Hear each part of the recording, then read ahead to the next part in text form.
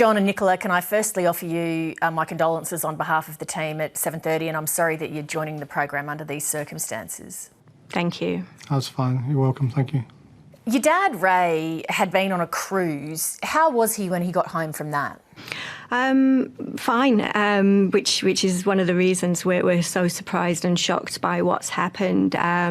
He wasn't demonstrating any of the symptoms that sort of have been broadcast today in terms of shortness of breath or coughing or anything like that. My mum said he was a little bit tired, but we just put that down to the travel home. But he was absolutely fine. Then what happened next? So on the Wednesday morning, my dad collapsed at home. He basically, it was a faint, and my mum was obviously really concerned about him. She phoned the ambulance straight away. So my mum called me that morning to say my dad had been taken into hospital, and that we basically just had to wait for some news from there. How healthy would you say your dad was? Did he have any underlying conditions? I don't remember my dad ever being in hospital.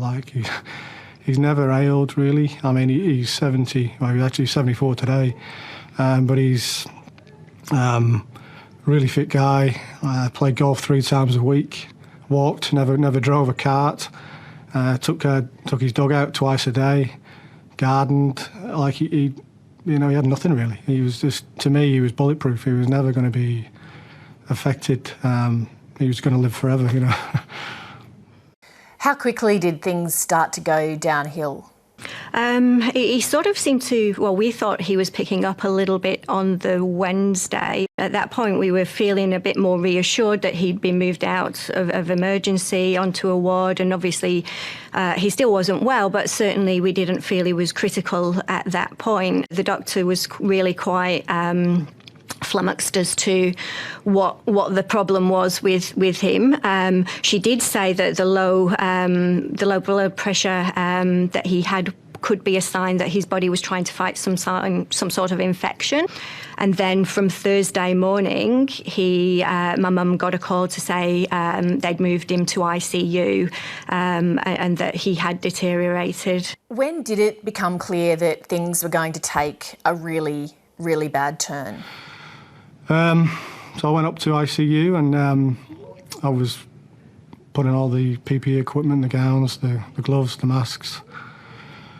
And then I went in to see my dad in an isolation room, and I say my dad, I didn't recognise the man who was on the bed. Could have been anyone, to be honest. And I was just trying to, I don't know if it was work mode or whatever, but I was just trying to take in what the doctor was telling me, and what he was telling me was my dad's dying in front of me. So, yeah, that's going to stay with me for a long time. That was tough.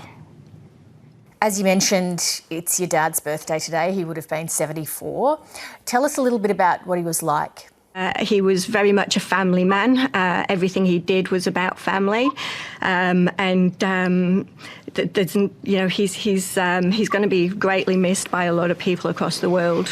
When he met my mum, when they were both fairly young, and then he had Nicola and me, he was very protective of our family, and he put a lot of effort into moving us forward and keeping us safe. He always used to say, take opportunities when they come along and look after your family, and then everything else will just look after itself. And he was right. And why did you want to do this interview to talk about what happened to him? I think we never anticipated that we'd be sat here on his birthday talking to you. So I think if our life can change this quickly over something so big in the world now, if it can happen to us, it can happen to anyone. You always think when these tragedies happen that it's always other people, it's always somebody else. Well, it's us now, and if it can affect us this way, and if it can kill my dad, I don't want to sensationalise it, but you just don't know how this virus will affect different people. I mean, it's quite clear. Even the doctors were kind of stunned, really, by the deterioration in my dad, and he didn't show the respiratory symptoms that we hear about, we read about on the news all the time. So I think we decided we'd do this today because if it does change one or two people's behaviour, then it's a bit of a legacy for Dad, I guess. I mean, we're not going to sit here and preach to people. We just unfortunately become a bit of a face for what this can do, and we thought it was important to show that it can affect anybody. Like we were the last people on earth we thought would be affected by this, but unfortunately here we are. Even all the stats that are out there now that talk about how serious this is, I think the facts and figures don't paint the real picture, and I think we're hoping that if people can actually see how this can really impact people on a personal level and tell our story to help people change, then there's only good that can come from this as far as I'm concerned.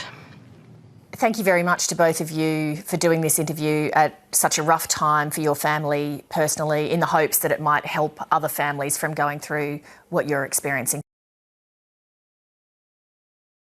Hi, I'm Lee Sales. Thanks for watching this story. If you'd like to watch more of 730's stories, they are on the left of your screen. And tap on the button below to subscribe and get the latest from ABC News.